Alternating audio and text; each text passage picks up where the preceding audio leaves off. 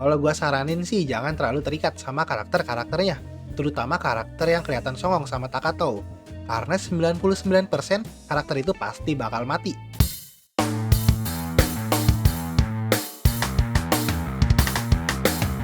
Cerita dimulai dari Takato yang dibangunin sama temennya, Danaura. Mereka lagi study tour, tapi bisnya kecelakaan dan teman-teman mereka banyak yang mati. Di luar bis ternyata ada naga. Naga itu nyerang mereka. Takato yang mau nyelamatin Danaura pun langsung pakai kekuatannya. Pas Takato bilang mati, naga itu langsung mati. Danaura bingung kenapa naga itu bisa tiba-tiba langsung mati. Pas sudah tenang, Takato yang baru bangun bingung kenapa bisa jadi kayak gini. Danaura cerita awalnya tiba-tiba bis mereka ada di ladang yang luas. Terus ada seorang wanita yang masuk bernama Shion. Guru mereka pun langsung dibunuh sama Shion.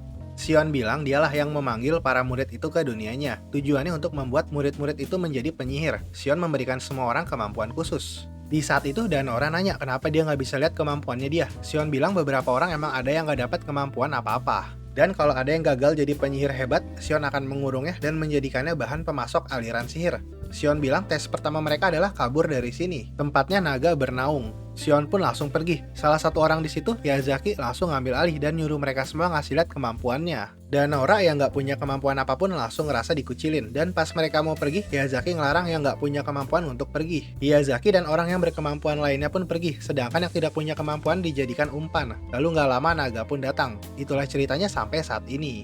Takato ngecek dan dia juga nggak punya kemampuan apa-apa. Takato dan Danaura pun keluar dari bis. Terus ada 3 teman sekelas mereka yang terbang nyamperin.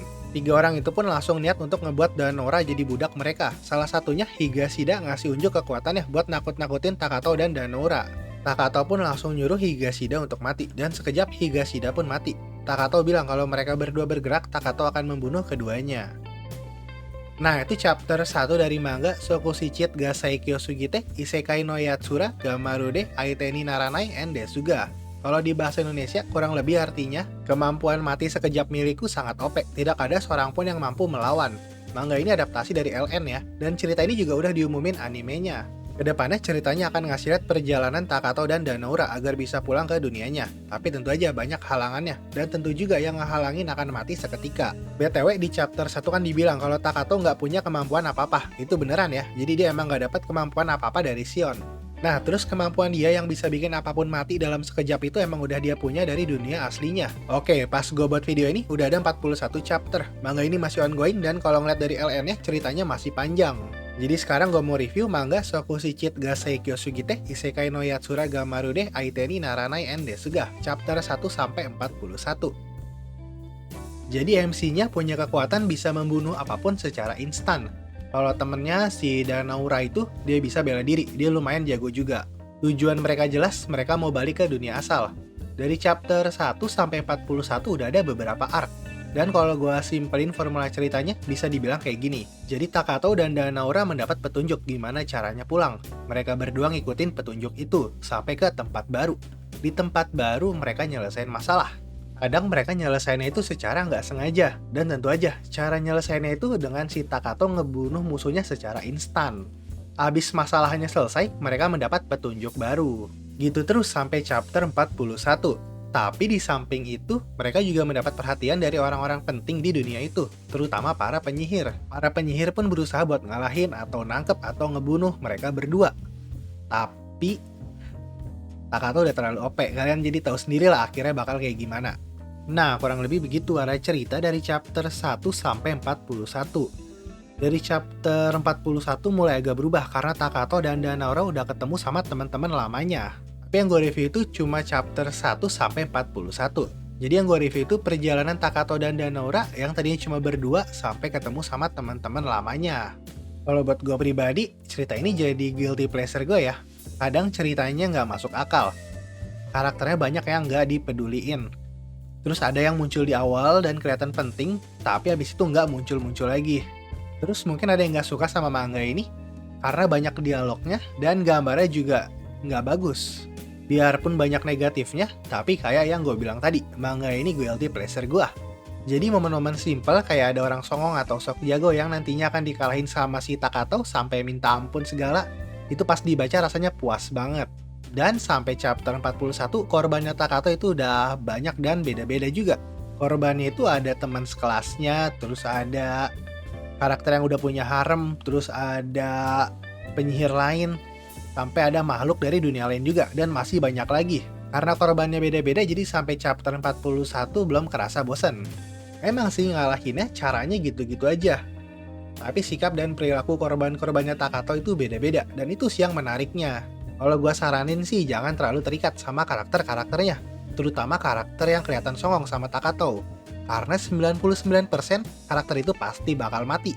Buat gua sih nggak masalah, tapi kadang ada beberapa karakter yang gua ngerasa masih terlalu cepat buat mati. Karena gua ngerasa masih bisa diperdalam lagi karakternya. Untuk karakter-karakter kayak gitu, jadi pas akhirnya dikalahin sama Takato rasanya kurang puas. Kalau di momen kayak gitu rasa puasnya kurang, jadi kemenarikan manga ini malah menurun karena ya yang menjual di manga ini yang momen-momen kayak gitu. Terus kalau dari karakter utamanya sendiri, si Takato sama Danaura, kita udah dikasih lihat masa lalunya Takato. Walaupun belum dikasih lihat semua, tapi secara garis besar kita udah tau lah gimana terbentuknya karakter Takato. Awalnya gue ngerasa karakter Takato biasa aja. Ya tipikal MC-MC yang nggak peduli sama apapun lah. Tapi karena udah dikasih lihat flashbacknya, jadi ngebuat karakternya lumayan menarik.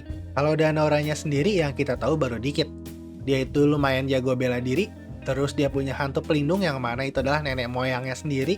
Tapi ya sampai chapter 41 yang kita tahu cuma gitu aja. Kalau karakter teman-teman sekelas mereka, karena di chapter 41 baru ketemu, jadi gue belum bisa komentar banyak. Sedangkan kalau si Sion dia udah sering muncul. Tapi walaupun dia udah sering muncul, aksi yang dia lakuin masih dikit. Jadi selama ini dia masih kelihatan kalem dan misterius aja. Terus selama perjalanan kan Takato dan Danaura ketemu sama orang lain yang searah sama mereka. Nah karakter-karakter yang kayak gitu nggak terlalu dikasih lihat lebih dalam. Tapi seenggaknya kita dikasih lihat ciri khas dari karakter-karakter yang kayak gitu. Ada yang selalu sial, ada yang datang dari dunia lain, ada yang kesatria legendaris, dan lain-lainnya. BTW yang gue lumayan tertariknya itu sebenarnya dari setting dunianya. Awalnya emang kelihatan kayak dunia fantasi yang biasa aja. Tapi lama-kelamaan mulai kelihatan kalau ini tuh kayak campur aduk dunianya. Tentu aja di dunia kayak gitu udah pasti ada Raja Iblis dan bangsa Iblis.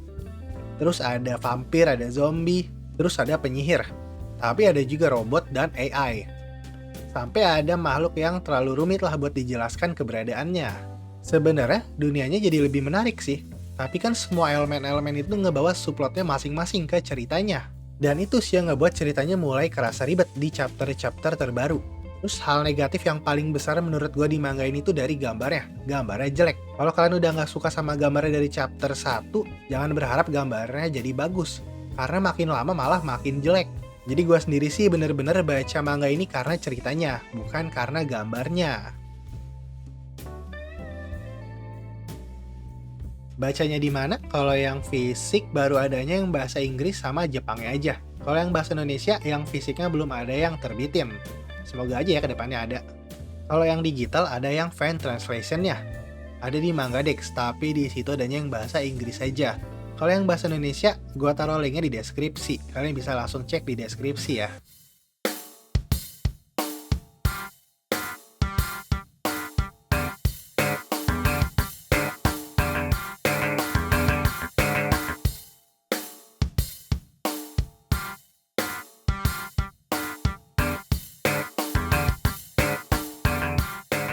Begitu aja review gua buat manga Sokushichit ga Seikyo Sugite Isekai no Yatsura Gamarude Aiteni Naranai and Desuga chapter 1 sampai 41. Semoga kalian suka ya sama videonya. Kalau suka bisa di like dan subscribe, kalau nggak suka bisa di dislike. Oke, terima kasih sudah menonton. Sampai ketemu di video berikutnya. Bye bye.